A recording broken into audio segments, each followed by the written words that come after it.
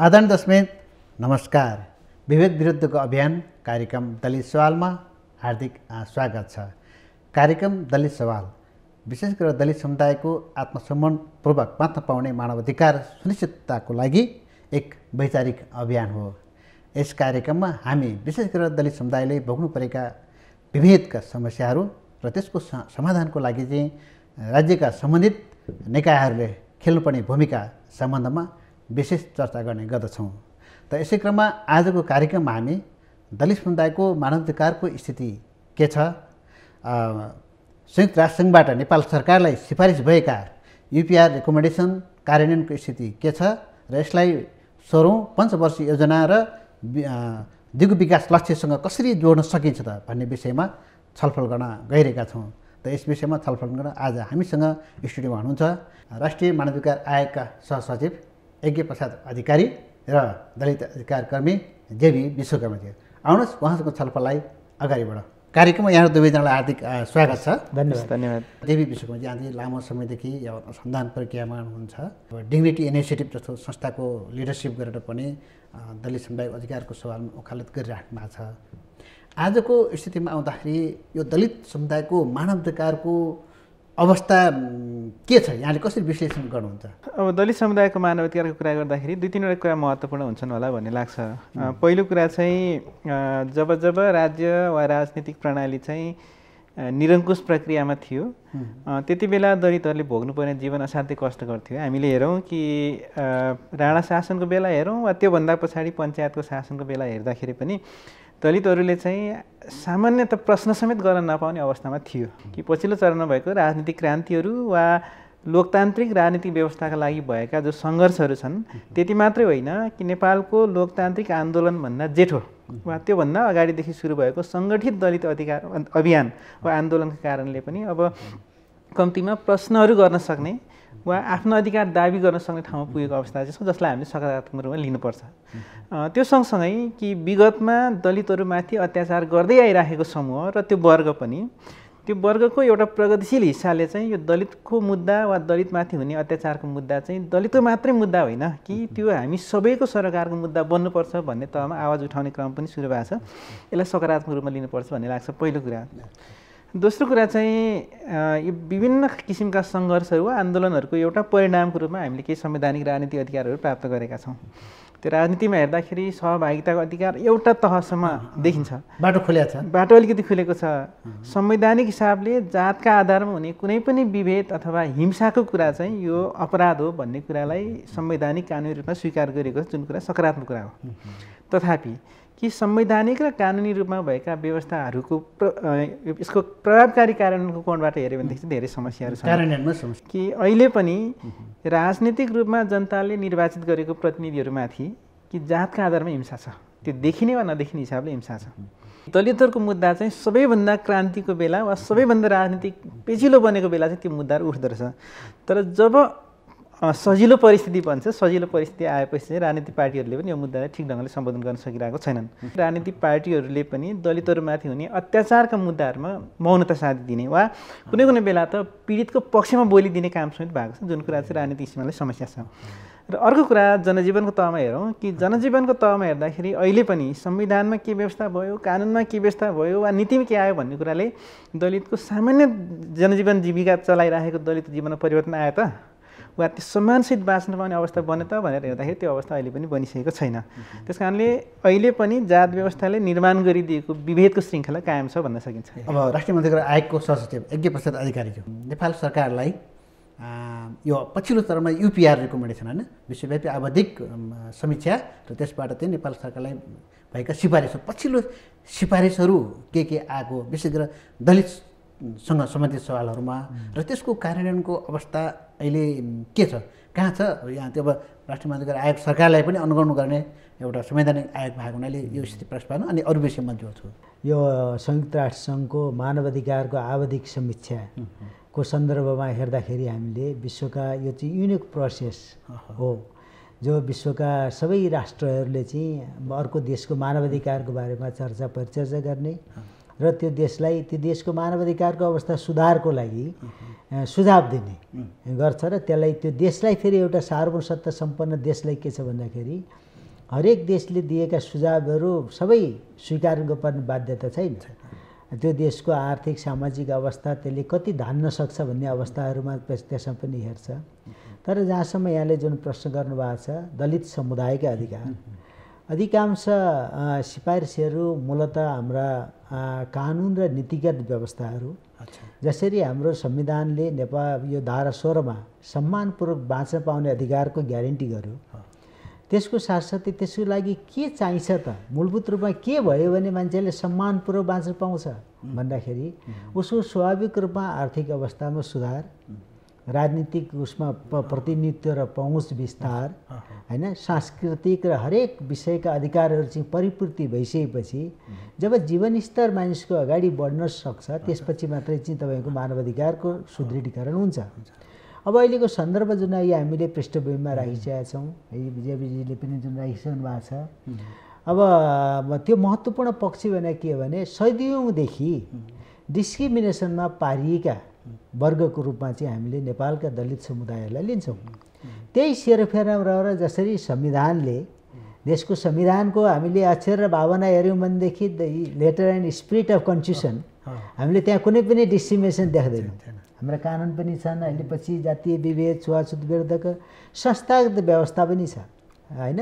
नेपाल सरकार अन्तर्गतकै विभिन्न एउटा चाहिँ विशेष कार्यक्रम लगायतको चाहिँ मन्त्रालयहरूले हेर्छ। त्यसलाई विशेष रूपमा चाहिँ थीमेटिक कमिसनको रूपमा राष्ट्रिय दलित आयोगकै स्थापना गरेको छ। राष्ट्रिय मानवाधिकार आयोग जस्तो संरचनाले अब यसले पनि हेर्नुपर्ने के भन्दाखेरि त्यही जो अलिकति पछाडि पारिएर बहिष्करणमा परेका वर्गको अधिकार यसको पहिलो प्राथमिकता छ। यसको रणनीतिक योजना र कार्यक्रमले पनि त्यसलाई भन्छ। जहाँसम्म संयुक्त राष्ट्र सङ्घको अब चाहिँ के गरे त सिफारिस, पछिल्लो सिफारिसहरू के थिए र यसको हामीकोमा रहेको सबभन्दा ठुलो चुनौती भनेको चाहिँ के भने कानुन, संविधान र कानुन नीतिगत व्यवस्था छ, कानुनी संरचनागत व्यवस्था पनि छ, तर अझै पनि कार्यान्वयनको तहमा छैन। यसको कारण के छ भन्दाखेरि जुन हामीले भन्यौँ कानुनको कार्यान्वयन चाहिँ तपाईँको दुई प्रकारले, एउटा कानुनको प्रभावकारी कार्यान्वयन भनेको जो उल्लङ्घनकर्ता छ त्यसलाई कानुनको कठघरामा ल्याएर ड्यु प्रोसेस अफ ल, आरोपित व्यक्तिलाई चाहिँ के भने कानुनी कठघरामा ल्याइकन त्यसको व्यापक प्रचार प्रसार गर्नुपर्छ। त्यो व्यापक प्रचार, त्यो इन्सिडेन्ट एउटा होला इन्सिडेन्ट, हैन, त्यस घटनाको चाहिँ तपाईँ के भने व्यापक रूपमा यसरी हामीले आएर चाहिँ त्यसलाई त यो सार्वजनिक उसमा चाहिँ सवालको रूपमा चाहिँ व्यापक टेलिभिजन कार्यक्रमहरू मिडिया सारा मार्फत लानुपर्छ भन्ने मलाई, ताकि भोलिको दिनमा के हो भने अरू कुनै पनि व्यक्तिले त्यो अपराध गर्ने चाहिँ के भने प्रयासै गर्न सक्छ। नेपाल सरकारलाई प्राप्त भएका दलितको अधिकार सम्बन्धी रिकमेन्डेसन अब कार्यान्वयनको अवस्था कहाँ पुगेको छ? अब त्यसलाई जस्तो यो चाहिँ 5औं मानवाधिकार कार्ययोजना सहित किताब बनाएको भन्ने चाहिँ सार्वजनिक भएको छ। 2077 देखि 77-78 देखि 81-82 सम्मको लागि नेपाल सरकारले राखेको छ र यो विषयलाई दलित समुदायको विषयलाई पनि एउटा प्राथमिक क्षेत्रमा राखेको छ। जस्तो नेसनल यो हाम्रो मानवाधिकार राष्ट्रिय कार्ययोजना 17वटा प्राथमिकता क्षेत्रमध्ये एउटा क्षेत्रको रूपमा चाहिँ के भने यो दलित समुदायका अधिकारलाई पनि विशेष फोकस गरेर राखेको छ, नम्बर 1। अब त्यसलाई चाहिँ युपिआरले के गर्यो भने नेपाल सरकारले बनाएको, म यहीँबाट गफ गरेँ, पहिलो नेपाल सरकारले जारी गरेको तपाईँको मानवाधिकार सम्बन्धी राष्ट्रिय कार्ययोजना संयुक्त राष्ट्रसङ्घमा पेश गर्ने भन्दा अगाडि नै यसलाई के हो भने गरियो, अनुमोदन गरियो, हैन। त्यो कार्ययोजना कार्यान्वयनमा आयो, सरकारले लागू गर्यो। त्यसपछि हाम्रा मित्र राष्ट्रहरूले अत्याधिक रूपमा नेपाल सरकारको प्रशंसा गरेका छ। नेपालले यति राम्रो चाहिँ तपाईँको मानवाधिकारको राष्ट्रिय कार्ययोजना बनाएको छ। अब यसको के छ भने त्यसको कार्यान्वयनको अवस्था हामी चाहिँ हेर्न चाहन्छौँ भन्छ। Effective enforcement and implementation of the national action plan भनेर भनेको छ। त्यसले भनेको कुरा के हो भन्नुहुन्छ भनेदेखि त्यसले चाहिँ के भने यो त्यही हामीले राखेका कुरा, हाम्रो देशको संविधान, कानुन र राष्ट्रिय मानवाधिकार राष्ट्रिय कार्ययोजनामा बसेका हामीले अनुमोदन गरेका विषयहरू, स्वीकार गरेका विषयहरूलाई के भने तिमी इफेक्टिभली लागू गर, नम्बर 1। दोस्रो, नेपालमा चाहिँ के हो भन्दाखेरि अहिले जुन हामीले चर्चा गऱ्यौँ, हामी कहाँ अपराध भएका त्यसको चाहिँ के हो भने दलित समुदायमाथि भएका घटनाहरू छ भने त्यसलाई डाइभर्ट गर्ने अथवा त्यसको निष्पक्ष भूमिका निर्वाह गरेर जुन घटनापछि लिएर चाहिँ दोषीलाई कारबाहीको लागि अगाडि बढाउन सकेन कि भन्ने आशंका त्यो समुदायको केही छन्, हैन। त्यो केस त्यसलाई पनि जोडिया छ। त्यसलाई पनि के भन्दाखेरि यो नेपालमा चाहिँ यसरी दलित समुदायमाथि हिंसा, हत्या, विभेदका घटना चरम रूपमा भइरहेछ। त्यसलाई तपाईँको के भने नीतिगत र कानुनी व्यवस्था गर्दै त्यसलाई अगाडि बढाउनुको लागि गर। नम्बर 1 दलित समुदायको आर्थिक सामाजिक र सांस्कृतिक अधिकार, विशेष गरी तपाईँको घाँसबास कपास शिक्षा स्वास्थ्य रोजगारमा पनि पछाडि परिएको वर्ग समुदाय भनेको चाहिँ के नेपालको सन्दर्भमा दलित समुदाय, त्यो समुदायको लागि उठाउने के त नेपाल तिमीले नीति योजना कार्यक्रम र बजेट तर्जुमा गर्दा पनि त्यो विषयलाई हो भनेर बढी फोकस गरेर चाहिँ गरेछ। हामीले यो सिभिल एन्ड पोलिटिकल राइट्स विशेष गरी राजनीतिक सहभागिताको कुराहरूमा तिनै तहको सरकारमा र तपाईँको के संसदमा हैन यसको चाहिँ के भने प्रतिनिधित्वको व्यवस्था हामी गरेका छौँ। रिजर्भेसनको कुरा छ, तर यसलाई पनि अझ बढी त्यो समुदायको आर्थिक सामाजिक र सांस्कृतिक अधिकार सहित त्यसलाई चाहिँ अगाडि बढाउनुको लागि नेपाल सरकारले प्रभावकारी कदम चालोस् भन्ने निचोडमा यो सुझाव दिएको छ। जेबिटी पाँचौँ मानवाधिकार कार्ययोजना युपिआर रेकमेन्डेसनको कुराहरू छ नि, जबसम्म चाहिँ यसलाई तीन तहको सरकार सङ्घीय सरकार प्रदेश सरकार र स्थानीय सरकारको वार्षिक बजेटसँग जोडिँदैन तबसम्म यो कार्यान्वयन हुँदैन भन्ने केही अधिकार कर्मीको गुनासो छ हैन। अहिले अब हिउँदे अधिवेशन पनि सुरु भएको छ र सायद बजेट नेपालको बजेट प्रणालीमै पनि यो सुधार गर्नुपर्ने कुराहरू उठिरहेको छ। जेबीजीले के भन्नुपर्ने अब यो दलितहरूको मानवाधिकारको सुनिश्चितताको लागि विशेष दिगो विकास लक्ष्यका धेरै लक्ष्यहरू छन्, त्यसमध्ये कुन लक्ष्यलाई बढी फोकस गर्नु पर्ला र अनि त्यो 16औं पञ्चवर्षीय योजनामा यसलाई कसरी जोड्नु पर्ला? संयुक्त राष्ट्रसङ्घको विभिन्न खालको रेकमेन्डेसनहरू आउँछ। अब सन् 2021मा भएको संयुक्त राष्ट्रमा युपिआरको कुरा पनि सरले उठाउनु भयो होइन। अब रेकमेन्डेसनहरू चाहिँ अहिले नेपाल सरकारले धेरै सजिलो भएको जस्तो लाग्छ। किन भन्दाखेरि संसारभरि जहाँ जहाँ छलफल हुन्छ कि जातका हिसाबले हुने विभेदका कुरा अत्याचारका कुरा वा समानता वा न्यायको कुरा गर्दाखेरि नेपाल सरकारका प्रतिनिधिहरूलाई सजिलो के भएर छ भन्दाखेरि त संविधानमा छ त, संविधानमा जात व्यवस्था हटिसक्यो, विभेद हटिसक्यो भन्दिन सजिलो भएको छ। तर वास्तवमा त्यो छ कि छैन भनेर थियो, त्यो भएको छैन। त्यसो हुँदाखेरि चाहिँ अहिले तपाईँले जोड्नु भएको कुरा चाहिँ यो दिगो विकास लक्ष्यको कुरा गरौँ अथवा हाम्रो 16औं पञ्चवर्षीय योजनाको कुरा गरौँ। यो योजनाको कुरा गर्दाखेरि चाहिँ मलाई के लाग्छ भने पहिलो स्पिरिट चाहिँ सबैभन्दा बढी नेपाली समाजको समस्या के हो वा सबैभन्दा नेपाली समाजले अहिले भोगिराखेको सङ्कट के हो भन्नेमा हामी जानुपर्ने हुन्छ होला। त्यसो भयो भने कि नेपालको समाजको चरित्रलाई हेर्दाखेरि यो एक हिसाबले पितृसत्तात्मक छ जहाँ पुरुषहरूको मात्रै आधिपत्य हुन्छ। दोस्रो चाहिँ यो जात व्यवस्थामा आधारित छ र जातका आधारमा हैसियतहरू निर्माण हुन्छन् भनेपछि सबैभन्दा नेपाली समाजको सङ्कट नै यही हो कि यो दुईवटा मुद्दालाई हल नगर्दाखेरि नेपाली समाज अगाडि बढ्न सक्दैन। यदि त्यसो हो भने चाहे त्यो दिगो विकासको कुरा गरौँ वा योजनाको कुरा गरौँ कि सबैभन्दा सङ्कट र सबैभन्दा नेपाली समाजको समस्या यो हो भन्ने कुरालाई प्राथमिकताको साथ राख्ने हो भने यी मुद्दालाई हल गर्ने मुद्दा चाहिँ पहिलो हुनुपर्छ। यदि त्यसो भएन भने के हुन्छ भन्दाखेरि चाहिँ अहिले विकास सुशासनको कुरा आउँछ होइन, समृद्धिको पनि कुरा आउँछ। तर मेरो कुरा चाहिँ के छ भने कि समृद्धि भन्ने कुरा जबसम्म सबैभन्दा अन्यायमा परेको समूहले आफ्नो जीवनमा एउटा आत्मसम्मानको अनुभूति गर्न पाउँदैन त्यहाँ समृद्धि रहँदैन। अर्को कुरा हामीले भनेको विकास के हो कि भौतिक पूर्वाधारको निर्माण गर्ने कुराले विकास भन्ने हो भनेदेखि त जतिसुकै भौतिक संरचना बनाइदिए भयो।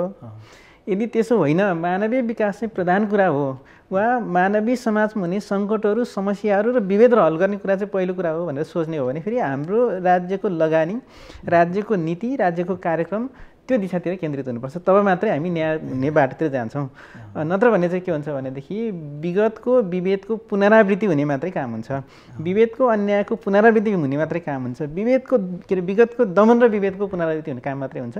त्यसरी सोच्यो भनेदेखि चाहिँ हाम्रो विकास वा योजनाले केही पनि काम गर्दैन जस्तो लाग्छ। अब नेपाल सरकारले होइन अनुमोदन गरेको पहिलो अन्तर्राष्ट्रिय महासन्धि प्रकाश जाति भेद सन्धि 1965 होइन, त्यो 2027 सालमै अनुमोदन भइसकेको रहेछ र त्यो सन्धिको महत्त्वपूर्ण प्रावधानहरूमध्ये एउटा त त्यो देशका नागरिकहरूले हिंसाबाट होइन कुनै राज्य तहबाट अथवा कुनै व्यक्ति तहको तर्फबाट पनि हिंसाबाट सुरक्षा पाउने एउटा अधिकार, अर्को भनेको यो जीवनसाथी रोज्न पाउने र विवाह गर्न पाउने अधिकार सुनिश्चित गरेको रहेछ।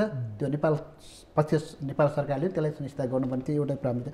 त्यही सन्दर्भमा नेपाल सरकारले यो सन्धिको बारेमा प्रत्येक वर्ष जो 2 वर्षमा राष्ट्रमा होइन रिपोर्ट पठाउँछ र पछिल्लो सर्टको रिकमेन्डेसनमा एउटा के रहेछ भने तिमीले यो खण्डिकित तथ्याङ्कलाई पनि म्यानेज गर है भन्ने कुराहरू आएको छ। जेबीजीले भनेको कुरामा होइन नेपाली समाजमा जात जातमा त बाँडेको छ होइन, जातको आधारमा जुन मानव विकास सूचाङ्कहरू फरक फरक छन्, त्यसले गर्दा त्यसलाई सम्बोधन गर्नुको लागि र विभेदलाई छिटोभन्दा छिटो मेटाउनुको लागि चाहिँ खण्डित तथ्याङ्कको आधारमा अब विकास योजनाहरू अगाडि बढाउनुपर्छ भन्ने कुरा पनि आइरहेछ। अब यसलाई मानवाधिकार आयोगको तर्फबाट कसरी अगाडि बढाउने हो, यहाँको वर्तन के छ, अब कसरी जानु पर्ला?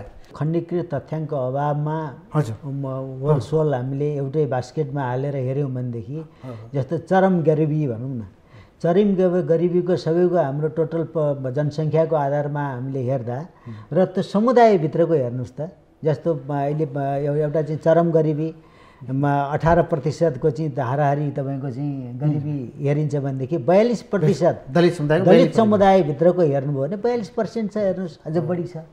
त्यसले गर्दाखेरि हामीले खण्डीकृत तथ्याङ्कको अभावमा त त्यो समुदायको अधिकार स्थापित हुनै सक्दैन। त्यसैले तपाईँको संयुक्त राष्ट्रसङ्घको यो जुन विश्वव्यापी आवधिक समीक्षाले दिएका सुझावलाई पनि त्यसले टार्गेट गर्न, मैले नीति योजना बजेट तर्जुमा गर्न पनि के हुन्छ भने खण्डीकृत तथ्याङ्कको अत्यन्त महत्त्वपूर्ण भूमिका हुन्छ र त्यो समुदायकै वास्तवमा के हो भने भौतिक विकासको लाई मात्रै केन्द्रमा नराखिकन मानव विकासलाई पनि केन्द्रमा राख्दाखेरि कसरी हामीले त्यो समुदायको, जसरी हामीले हिस्टोरिकल्ली एउटा चाहिँ के भने भेदभावमा पारिएको कारणबाट स्पेसल बजेट कार्यक्रमहरू जरुरी छ, त्यो राख्नुपर्छ नि। त्यसैले त्यसमा चाहिँ के भने मानवाधिकार आयोगले जब आर्थिक, सामाजिक र सांस्कृतिक अधिकारको विकासको लागि र यो बाँच्न पाउने अधिकार र विकासको अधिकारको ग्यारेन्टीको लागि पनि मलाई लाग्छ त्यो खण्डीकृत तथ्याङ्क जरुरी छ, त्यसको इम्प्लिमेन्ट गर्नुपर्छ। ल हुन्छ। अब सरलाई मैले जोडेँ, अब जस्तो यो प्रधानमन्त्री कार्यालयबाट यो प्रकाशित भएको छ होइन, यसमा चाहिँ कार्यान्वयन त आयो तर बजेट इम्प्लिमेन्टेसन भयो, बजेट छुट्याइएको छैन। त्यसले गर्दाखेरि अब अहिले यो हिउँदे अधिवेशन अब बजेट प्री बजेटको छलफलको लागि पनि भइरहेछ। अब राष्ट्रिय मानवाधिकार आयोगले विशेष दलित मुद्दासँग जोडेर अब सरकारलाई, राजनीतिक दलहरूलाई ध्यानाकर्षण गराउनको लागि के छ अब जस्तो सही यो हामी 16औं पञ्चवर्षीय योजनामा पनि मानवाधिकार आयोगले सक्रिय रूपमा एउटा सहभागिता जनाएर राष्ट्रिय योजना आयोगसँग सहकारी गरिरहेछ र अहिलेको बजेटको यो सन्दर्भमा बहुत महत्त्वपूर्ण टाइम छ र यसको हामीले यदि यसको कार्यान्वयनको लागि प्राइम मिनिस्टर अफिससँग चाहिँ के हो भन्दाखेरि कोअर्डिनेटर मात्रै हो होइन, हाम्रो यो समग्र मानवाधिकार राष्ट्रिय कार्ययोजना अथवा युपिआर प्रोसेसको चाहिँ कार्यान्वयन गर्ने एउटा कोअर्डिनेसन भूमिका चाहिँ प्रधानमन्त्री कार्यालयले हेर्छ। तर समग्रतामा हामीले गर्दाखेरि तिनै तहको सरकारले यो हामीले दिएका रिकमेन्डेसनहरूको इम्प्लिमेन्ट गराउनको लागि तिनै सरकारको चाहिँ प्रमुख दायित्व छ। मैले यसमा जोडिहाल्ने विषय चाहिँ के छ भने म विशेष अनुरोध गर्न चाहन्छु हाम्रो 753वटै हाम्रा पालिकाहरू, स्थानीय सरकारलाई, 7वटै हाम्रा प्रदेश सरकारलाई, हाम्रा 77वटा जिल्ला समन्वय समितिहरू छन् र सङ्घमा चाहिँ के भने मुख्य सचिवज्यूको संयोजकत्वमा यो अनुगमन संयन्त्र छ। त्यसैले त्यो अनुगमन संयन्त्रको एक्टिभेट गरियो भने मलाई विशेष आग्रह, विशेष अनुरोध म के गर्न चाहन्छु भन्दाखेरि यो मानवाधिकारको संरचना, यसको कार्यान्वयन गर्ने यो युपिआरका विषयहरू, एसडिजी गोलका कुराहरू अथवा तपाईँको चाहिँ के भने मानवाधिकार राष्ट्रिय कार्ययोजनाका तपाईँको चाहिँ कार्यान्वयनको लागि अनुगमन गर्ने संयन्त्र हो। त्यो हरेक पालिकामा हाम्रो पालिकाको अध्यक्षज्यू अथवा मेयर साहबको, नगरपालिकामा अथवा महानगरमा मेयर साहबको संयोजकत्वमा त्यो हुन्छ कमिटी, जिल्लामा जिल्ला समन्वय समितिका प्रमुखज्यूकोमा कमिटी छ, प्रदेशमा प्रदेश सरकारको चाहिँ प्रमुख सचिवज्यूको उसमा छ होइन, र सङ्घमा चाहिँ तपाईँको मुख्य सचिवज्यूको उसमा चाहिँ एउटा संयन्त्र भएको हुनाले मलाई चाहिँ यति राम्रो, यति प्रभावकारी संयन्त्र छ। यो संयन्त्र गठन गरेर यो सबैभन्दा बढी समस्या पारिएका वर्गको अधिकारको प्रत्याभूतिको लागि चाहिँ के भने हामी तिनै तहको सरकारले नीति योजना बजेट तर्जुमा गर्दाखेरि यसलाई फोकस गर्नुपर्छ। यो गरियो भने मात्रै चाहिँ के हो भने त्यो मानवीय विकास होइन, त्यो त्यसको लागि चाहिँ जीवन स्तर अगाडि बढाउन मद्दत गर्छ भन्ने मलाई लाग्छ। यसको प्रभावकारी कार्यान्वयनको लागि मानवाधिकार आयोगले सधैँ सरकारसँग सहकार्यमा अगाडि काम गरिरहेको छ। अरू मुद्दामा चाहिँ राष्ट्रिय मानवाधिकार आयोग अग्रपङ्क्तिमा देखिने, त जहाँ जहाँ विभेदका घटना हुन्छन्, छुवाछुत घटना हुन्छन्, त्यहाँ राष्ट्रिय मानवाधिकार आयोग कहाँ छ भनेर खोज्नुपर्ने भन्ने दलित समुदायको अनुभूति छ है। र अर्को चाहिँ नि विशेष गरेर चाहिँ प्रधानमन्त्री कार्यालयमा जुन यो संयन्त्र छ र अनुगमनको कुराहरूमा के नागरिक, दलित नागरिक समाजसँग जोडेर जाने कुरा के छ? दलित अधिकार कर्मी साथीहरू र राष्ट्रिय दलित आयोगसँग यसले नजिकको सम्बन्ध राखेर धेरै सहकार्यहरू गरिआएको छ। राष्ट्रिय दलित आयोगसँग त एउटा समझदारी राष्ट्रिय मानवाधिकार आयोग दलित आयोग बिचको साझा समझदारी पत्र नै तयार भएर यस्ता खालका घटनाहरूलाई चाहिँ के भने विशेष अनुगमन संयन्त्र मार्फत अनुगमन गर्ने अनुसन्धानलाई अगाडि बढाउने भन्ने भएको छ। मैले घटनालाई अनुगमन नगरेको होइन, चाहे अजित मिजारको घटनाहरूमा भन्नुहोस्, उहाँको आर्थिक सामाजिक सांस्कृतिक अधिकार, विशेष गरी अस्ति यो काभ्रे प्लान्चोको 5 खालको घटना भन्नुहोस्, त्यहाँको तत्कालीन डेपुटी मेयर अहिले बालवाल डेपुटी मेयर लगायतसँग चाहिँ म आफै पनि धेरै नजिकबाट चाहिँ भइरहेछ। त्यसलाई के हो भन्दाखेरि उहाँको अधिकार स्थापितको लागि मानवाधिकार आयोग नगएको होइन। त्यसैले तपाईँको के हो भने यो आएका घटनाहरू चाहे यो बबर महलमा चाहिँ तपाईँको डेरा भाडा होइन बस्न आएका घटनाहरू सबैमा फ्रन्टलाइनमा बसेर मानवाधिकार आयोगले अनुसन्धान गरेका छ। तर हुनसक्छ बाहिर अलिकति नदेखिएको भन्ने यहाँको गुनासो राख्नु भएको छ। अब तर यसमा चाहिँ के भने हामी फेरि नागरिक समाज र सबको पनि सहकारी जरुरी छ। यदि मानवाधिकार आयोगको आँखा नपुगेको घटनाहरू छ भनेदेखि यहाँहरूले आँखा देखाइदिने र त्यहाँ चाहिँ के भने कम्प्लेन मेकानिजम छ, त्यो कम्प्लेन हाल्यो भनेदेखि चाहिँ के भने हामीले गर्छौँ। र देशव्यापी रूपमा तपाईँलाई आज भनौँ मानवाधिकार आयोगले निरन्तर यो भन्दा अघिल्लो कमिसन र अहिले पनि के भने पञ्चवर्षीय रणनीतिक योजनामा प्राथमिक क्षेत्रमा यसले काम राखेको छ। जातीय छुवाछुत जातीय विभेद विरुद्धको अधिकारलाई प्राथमिकता साथ राखेको छ र यसले चाहिँ के भने राष्ट्रव्यापी रूपमा कार्यक्रम पनि गरेर राष्ट्रिय सम्मेलन मार्फत आफ्नो के भने रिकमेन्ड पनि सरकारले दिएको छ। र यसको अन्तिम चाहिँ दायित्व हो यो मानवाधिकार राष्ट्रिय कार्ययोजनाको अनुगमन गर्ने जिम्मेवारी दायित्व फेरि मानवाधिकार आयोगलाई छ। त्यसैले यसमा पनि हामी स्थानीय सरकार प्रदेश सरकार र सबै हाम्रा यो जिल्ला समन्वय समितिसँग सहकार्यमा यो समिति फर्मेसन गर्ने र उहाँहरूको क्षमता सबलीकरण गर्ने कार्यमा अगाडि छौँ। मलाई लाग्छ यहाँहरूले यसरी देखाएको अलिकति के हो भने सचेतनाले अझ बढी चाहिँ सचेत गराउँदाखेरि मानवाधिकार आयोगले थप ऊर्जा चाहिँ मिल्छ। अब यसमा अब 2-3 कुराहरू। पहिलो कुरा त यो दलित अधिकार कर्मीहरू कता हराएको सरकारलाई अलि दबाब दिनेतिर अलि अल्मलिएको हो कि भन्ने यहाँहरूलाई पनि त्यस्तो खालको गुनासो छ होइन। एउटा त्यो यसलाई अब कसरी जाने, अर्को चाहिँ राष्ट्रिय मानवाधिकार आयोगको भूमिका यो दलितहरूको सवालमा के हुनु पर्ला। घटनाक्रमका सन्दर्भमा आवाजहरू उठिराखेको देखिन्छ, त्यो भइराखेको पनि छ भन्ने लाग्छ। तथापि फेरि न्याय दिलाउने सन्दर्भसम्म पुग्ने गरेर प्रेसर पुगेको छैन। दोस्रो चाहिँ अब नागरिक समाजको एउटा महत्त्वपूर्ण दायित्व भनेको चाहिँ सरकारवालाहरूलाई एक ठाउँमा ल्याउने र साँच्चीकै त्यो समुदायले जसले सबैभन्दा उत्पीडन भोग्नु परेको छ, विभेद भोग्नु परेको छ, त्यो समुदायको अधिकार सुरक्षित गर्ने सन्दर्भमा नागरिक कर्मीहरूको भूमिका हुनुपर्छ। त्यो त्यति धेरै हदसम्म जुन खालको कन्सोलिडेट एकीकृत खालको शक्ति निर्माण गर्ने वा एकीकृत ढङ्गले त्यसको अभ्यास गर्ने वा प्रयत्न गर्ने काममा अझै पुगेको छैन भन्ने लाग्छ। त्यहाँ काम गर्नुपर्छ। अब दलितहरूलाई जातका आधारमा हुने हिंसा गर्ने हिंसा अन्त्य गर्ने कुरा किन राष्ट्रिय गौरवको योजना बन्न सक्दैन? त्यो बनाउनु पर्यो। एक। दोस्रो कुरा चाहिँ संरचनागत हिसाबले जबसम्म यो हिस्टोरिकली ऐतिहासिक रूपमा संरचनागत र प्रणालीगत विभेद भएका हुनाले यसको हल गर्ने विधि पनि संरचनागत नै हुनुपर्छ। जबसम्म राज्यको संरचना चाहिँ दलितको मुद्दालाई सुन्ने, ठिक ढङ्गले बुझ्ने र प्रोएक्टिभ हिसाबले कार्यक्रम गर्ने अथवा त्यो एक्सनमा जाने हुँदैन, तबसम्म चाहिँ धेरै कुरा देखाउने मात्रै हुन्छ। संविधान छ, कानुन छ भन्दै भइहाल्यो होइन। त्यसो भने के त भन्दाखेरि चाहिँ राज्यको त्यस्तो स्ट्रङ संयन्त्र हुनु पऱ्यो, त्यो संसदमा त्यो संरचना देखिनु पऱ्यो, त्यो प्रदेशहरूमा त्यो संरचना देखिनु पऱ्यो र राजनीतिक पार्टीहरूको पनि संरचना यस्तो देखिनु पऱ्यो कि जात व्यवस्था अन्त्य गर्ने कुरा चाहिँ हाम्रो प्राथमिक एजेन्डा हो र त्यो खालको एजेन्डासहित जाने खालको विधि तयार गर्नु पऱ्यो। त्यो राज्यको पनि हुनु पऱ्यो र पोलिटिकल पार्टीको पनि हुनु पऱ्यो। त्यस्तो कुरा सरले एकदमै इम्पोर्टेन्ट महत्त्वपूर्ण कुरा भन्नुभएको छ कि सबैभन्दा धेरै उत्पीडनका घटनाहरू हुने भनेको स्थानीय तहमा हुन्। स्थानीय तहमा जब दलितहरूको आवाज सुनिने खालको प्रणाली वा मेकानिजम बन्दैन वा त्यो खालको कानुनी विधिहरू बन्दैन, तबसम्म समस्या हुँदो रहेछ। त्यसो भने स्थानीय सरकारलाई कानुन बनाउने अधिकार दिएको छ कि दलितहरूमाथि भएका ऐतिहासिक अत्याचारलाई हल गर्ने कानुन किन नबनाउने त? ल स्थानीय तहले त बनाउन सक्छन्। एक। त्यसै गरी प्रायः सबैजसो पालिकामा दलितहरू छन् र त्यहाँ अत्याचार छ भनेदेखि दलितहरूमाथि हुने अत्याचारलाई हेर्ने छुट्टै खालको संरचना स्थानीय तहमा किन बनाउनुपर्छ? तेस्रो कुरा चाहिँ कि संवैधानिक र कानुनी व्यवस्था छन् भनेदेखि ती संवैधानिक र कानुनी व्यवस्थाबारे सबैलाई सचेत गराउने आम जागरण अभियानहरू स्थानीय सरकारले सञ्चालन गर्न सक्छ। त्यो विद्यालयमा गर्न सक्छ, त्यो उपभोक्ता समितिमा गर्न सक्छ, त्यो आम समूहमा गर्न सक्छ भने समग्र संयन्त्रभित्र जात व्यवस्था गलत हो र यो गर्ने कुरा चाहिँ कानुनी रूपमा अपराध हो। जुन समुदायले विभेद गरिरहेको छ, विभेद गर्ने कुरा चाहिँ एउटा मानव जीवनमाथिको अत्याचार हो, यो अपराध हो भन्ने कुरा बोध गराउन स्थानीय सरकारले पनि भूमिका खेल्न सक्छ। त्यस्तो खालको नीति तथा कार्यक्रम केन्द्रदेखि स्थानीय तहसम्म जाने हो भने यसले केही हदसम्म परिवर्तन गर्न सक्छ भन्ने मलाई लाग्छ।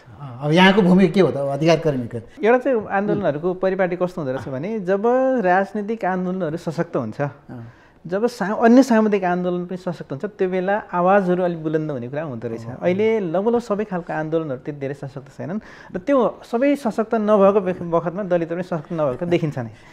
दोस्रो कुरा चाहिँ फेरि सबैभन्दा अप्ठ्यारो परिस्थितिमा सबैभन्दा बढी मुभमेन्टम हुँदो रहेछ र सबैभन्दा फेरि सहज बेला चाहिँ यो एक खालको अन्तर्द्वन्द्वतिर रुमलिरहने अथवा गर्ने के भन्ने कुरा अस्पष्टतिर जाने खतरा पनि हुँदो रहेछ। त्यस कारण त्यो अस्पष्टतालाई नचिरिकन नहुने अवस्थामा दलितहरू छन्, दलित आन्दोलन छ। त्यो आन्दोलनमा समीक्षा गर्ने बृहत्तर ढङ्गले अहिलेसम्मको उपलब्धिबाट दलितले पाएको बेनिफिट, गर्नुपर्ने र गर्न नसकेका कमजोरीहरू र अबको योजना के हुन्छ भनेर स्पष्ट दृष्टिकोण हामी आन्दोलनले बनाउन सकेन भनेदेखि चाहिँ फेरि रुमलिने खतरा हुन्छ। त्यस कारणले अहिलेको फरक राजनीतिक सामाजिक परिवेशमा दलितहरूमाथि हुने विभेदका श्रृङ्खलाहरू पनि फरक फरक ढङ्गले आउने जुन परिपाटी बनाएको छ, त्यो बेला चाहिँ फरक खालको रणनीतिसित अगाडि जाने खालको योजना दलित आन्दोलनले अभियानले बनाउन सक्नुपर्छ, त्यो दिशातिर काम गर्नुपर्छ भन्ने मलाई लाग्छ।